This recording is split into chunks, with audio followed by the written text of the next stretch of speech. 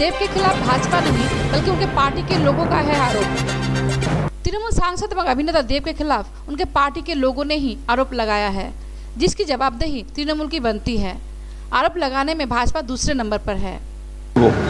देवेर बिरुद्धे तो देवेर पार्टी लोगरा এই কথাটা বলেছিল।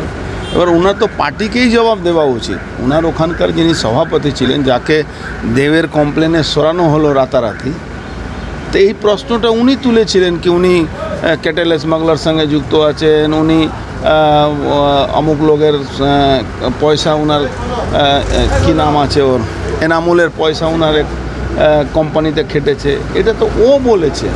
তো এই জবাব উনি কাকে প্রশ্ন করছেন, কাকে জবাব দিচ্ছেন, এটা তো উনি বলতে পারবেন। বিজেপির তরফ থেকে একটা সময় অভিযোগ করা হয়েছিল। বিজেপির অভিযোগটা পরে, বিজেপি হয়তো বিরোধী দল আছে, হয়তো অভিযোগ করতে পারে, কিন্তু তৃণমূলের সভাপতি ওখানকার বলেন কি 30% বাদ দিয়ে উনি কোনো কাজ করেন না। তো এর মধ্যে তো বিজেপি সেকেন্ডারি হয়ে গেল।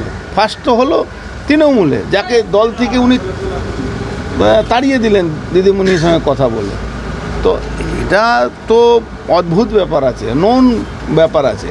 উনি ঘাটাল করছেন, ঘাটাল ডেভেলপমেন্টে একটাই কারণ কি ওখানে কত পার্সেন্টেজ পাওয়া যাবে, এটা নিয়ে ওনার পার্টি বলছে, আমি বলছি না, এটা আমার কোনো বক্তব্য নেই এই ব্যাপারে।